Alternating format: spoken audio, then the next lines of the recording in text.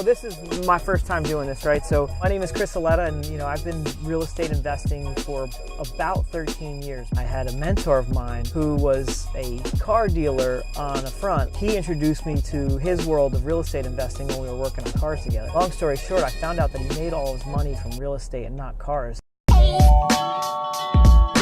Pick this up at 150, put 30 or 40 grand into it, turn around and sell it. They take it out in the bank, they take it out in the house. Take a look at the kitchen. We're talking about a full rehab here. There's a pool in the backyard. That's a huge advantage. There's not going to be a ton of homes at this price range with a pool. It's going to need work, as you can see.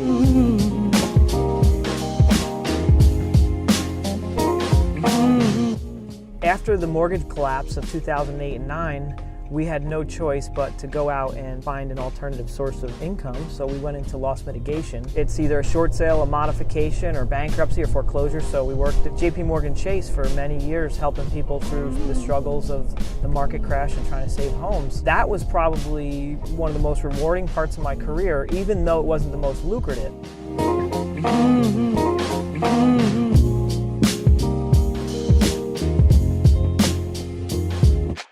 So this house we're going to is in Seminole. It was a very large renovation. It was a large-scale renovation, complete, including roof and HVAC and windows. It was supposed to take us 60 days. It took us a little bit longer. It took us 75 days approximately. A couple little hang-ups with ordering windows, for example, took longer than we expected. But it came out great. You're going to get to see it in a second.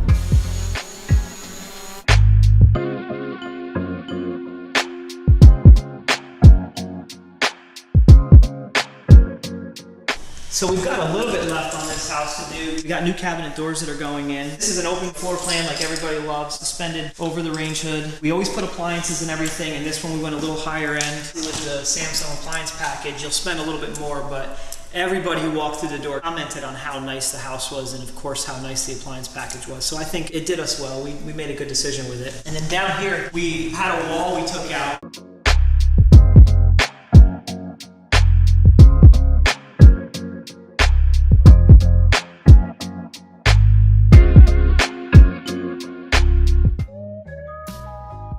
Kind of a side note, I was moving to Charleston, and on the way there I was driving the U-Haul truck, and I drove the U-Haul truck into the hotel overpass. They call it like tuna canning it or something like that. Basically you rip the top off the truck, but it's funny because I hadn't even gotten there, and this was my first sign of like, back up, you're going the wrong way. You need to be going back to Tampa.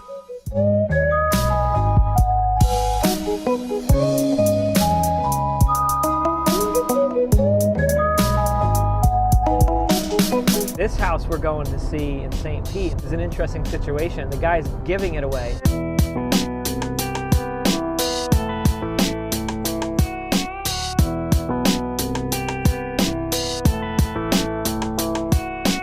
This is not bad at all. Welcome to my humble abode. What's up, man? My name is Mike Schultz. I'm an investor, real estate broker. I found this house doing driving for dollars. Working with a seller, trying to do a short sale on it right now. Floor's sinking in here. Subfloor's bad. Probably the main joist too. But all in all, the house is actually in pretty good shape. I'm surprised. Newer HVAC system. Cool, that helps. So I was actually driving around the neighborhood looking for houses like this. Wrote down this address, looked up the owner, gave him a call, sent him a postcard, and he called me and said, hey, I'll give you this house if you can get rid of it. Can't beat that. I think you're gonna be 50, 60, all said and done. Windows, flooring, subfloor. You gotta repair the structure underneath. There's some joists that are broken. What do you think it's worth though after it's all fixed up and rented out? That's hard to say. I pulled some comps I gotta go look at. Like I said, there's nothing really this size around here. Maybe somewhere in the 120, 150 range. That's where my head was at, 120. That's not a bad spread though. We could pick it up for in the 40s or below and then put another 40 or 50 into it and then sell it to a landlord.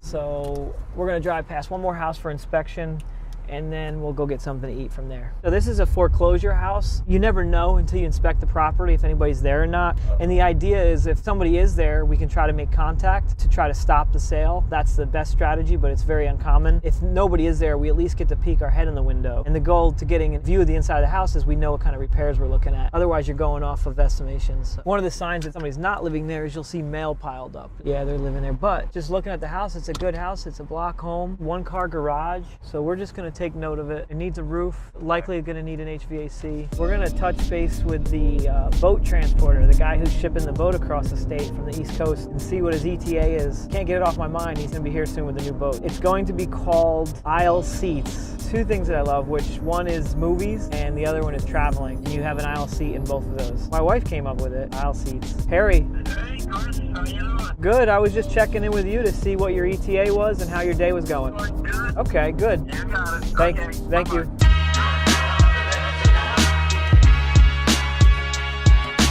So every chance you get to make a full day of looking at houses, trying to get houses under contract, inspecting houses, if you don't do that, you're never gonna get to the finish line. Marketing turns into inspections, turns into negotiations, and then into closings. We had a good day. We checked out 4 or 5 houses, got sidetracked by some boating, but there's nothing wrong with that either.